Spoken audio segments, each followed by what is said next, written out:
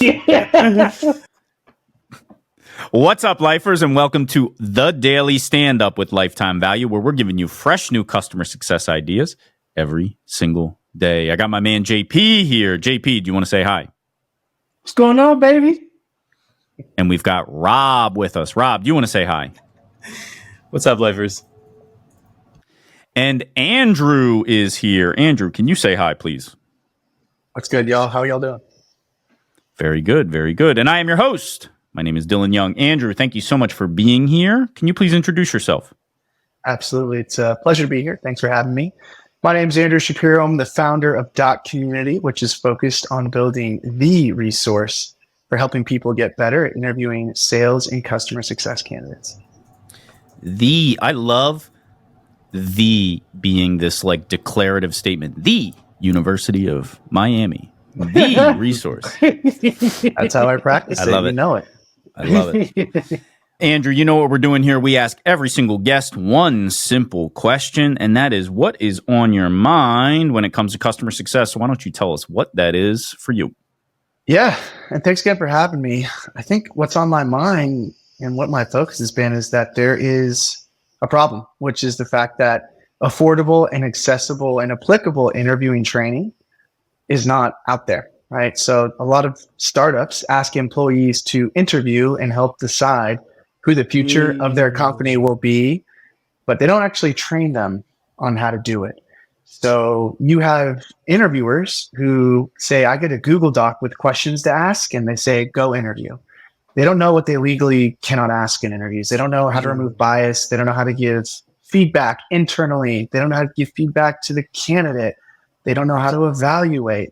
So unfortunately, what happens is you get people who interview, they don't give the best feedback.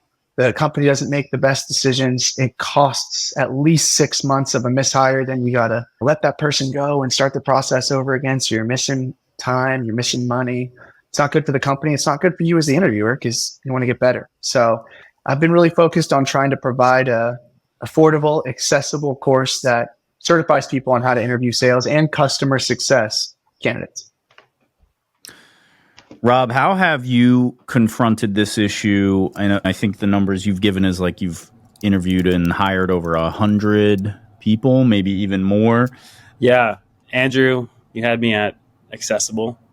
That is something that I've had to remind myself of many times. Because to Dylan's point, this has happened hundreds of times where I've had an interview process, and my inclination, like most of us in this little niche world of SaaS that we're in, is just let me go with the people that I know, people that I can refer from my network. And the problem with that is that it makes for such a closed off community, and one that, generates a lot of groupthink, a lot of bias, internal bias for candidates that we know already. And we write it off as saying these are de-risked candidates, and they are to a large extent. So there's a couple strategies I've used to combat that. And I'd be curious, Andrew, you seem like the expert on this more than I am. To get your thoughts on this, but having a well-defined recruiting playbook is where it starts. Like, it has to be documented. And so I have a template that I've worked on over the years that tries to incorporate a lot of these principles around opening up a wide net of candidates that includes net new candidates, having a diverse candidate pool, having a more diverse interviewing panel as well. And then all the way through to documentation around. It's so interesting because I think of like experiments. Have you ever seen, experiments where sorry, guys, I'm doing it again. There was an experiment that was done with a police force, and they showed two side-by-side resumes. One resume had a male name, and it described like all this person with this academic background. And then the other one was a female name, and it was this like street smart type background. What the police force said was like, well, we need people who have like a really good academic background. And then they swapped the names with a different police force. And they're like, we really need someone with like street smarts. And so it's so funny because there's so many implicit biases that we lean into when it comes to interviewing and hiring that really is quite dangerous for the broader workplace. I'm sure you guys have seen similar type experiments. Mm-hmm. My point is to say just bringing awareness to it, documenting it is a place to start, but obviously curious to get the thoughts of the folks here on the call as well.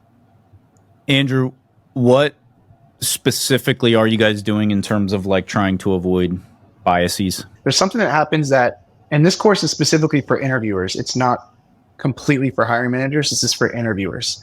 there's something that hiring managers do, whether they like it or not, which I understand why. It's happened to me before, that creates bias. You might have a hiring manager go to an interviewer right before the interviewer goes into their interview and say, hey, I missed out on this. Can you evaluate that?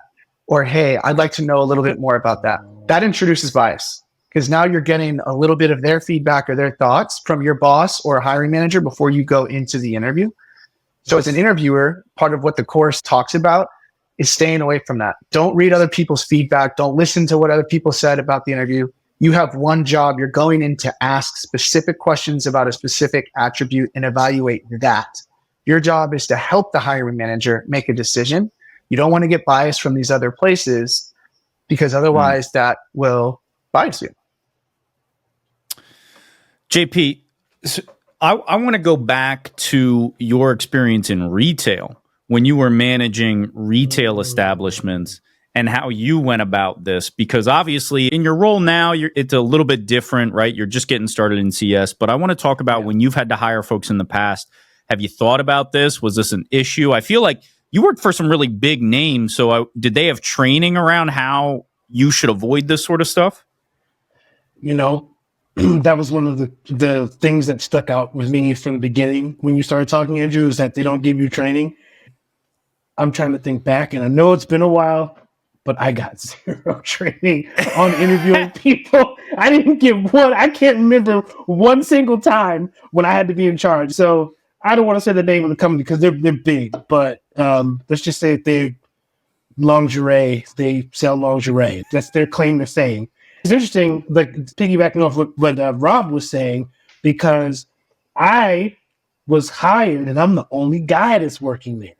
Everyone else is a woman, female. That's it. So when I'm in charge, I am hyper aware, right? Now, the applicants that I had, they were all women. They all identified as women. So I didn't even get that chance. The only time I think we ever had like another guy there, it was like a temporary situation where I think it was like holiday and stuff like that. In a pool where it was, I don't know what the word would be, monogendered or something. I don't know. But basically that is gone. I think that it did make it at least a little bit easier for me to look for things that I thought would be traits that I could like mold on my team. Like if someone comes in, I'm thinking about how does this person learn?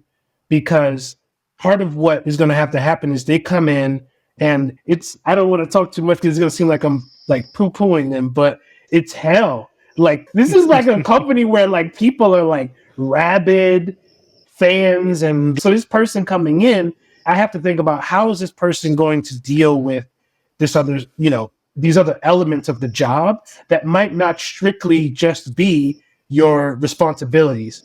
And so I think that like, to your point, Rob, yeah, it's different. I've never had to hire for CS, but I am curious about one thing, Andrew. I would like to hear if there is something, maybe one thing that you've noticed is usually either it could be like a light bulb moment or maybe the thing that people seem to get wrong a lot, for lack of a better way of saying it, when you go to train people. Yeah. I think that would be really interesting to hear about.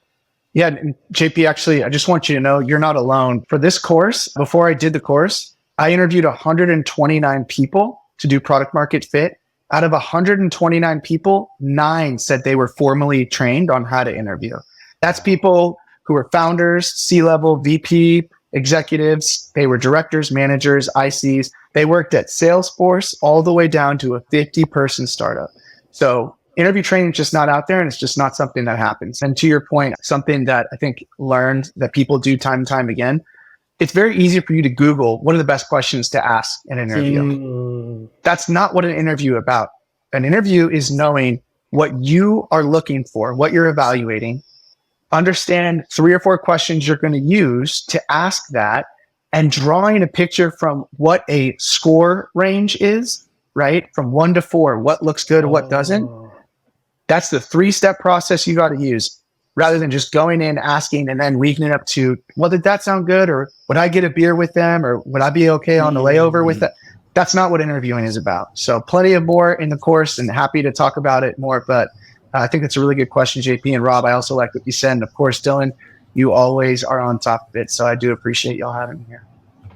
I like that I got the generic. You're just cool, Dylan. I like that. What's funny to me is like hiring so often, and we'll leave it here. Hiring is so often this thing of, oh crap, we're over capacity. I got to go find somebody, do it really quick. And so like, how often do we really think I got to go about this the right way? And I got to create these guardrails and I got to create an avatar for what this person looks like that doesn't include race or gender or background. It's just the way they answer these questions. Like, it just so rarely happens. You're like, yo, HR, throw this up, get as many people in the door as possible, and I'll start talking to them in between the 10 meetings I have a day. It's one of those things where we're just not taking the time to make sure we do it right from the beginning. It's like when you paint. If you go to paint a room and you don't like tape stuff off and you don't got the right, it's going to end up looking like shit at the end. Yeah. And you're going to have to redo it.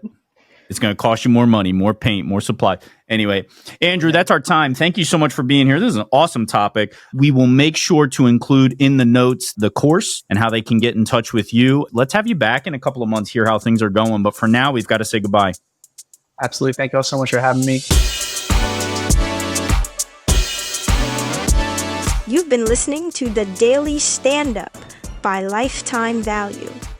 Please note that the views expressed in these conversations are attributed only to those individuals on this recording and do not necessarily reflect the views and opinions of their respective employers. For all inquiries, please reach out via email to dylan@lifetimevaluemedia.com. Find us on YouTube at Lifetime Value and find us on the socials at Lifetime Value Media. Until next time.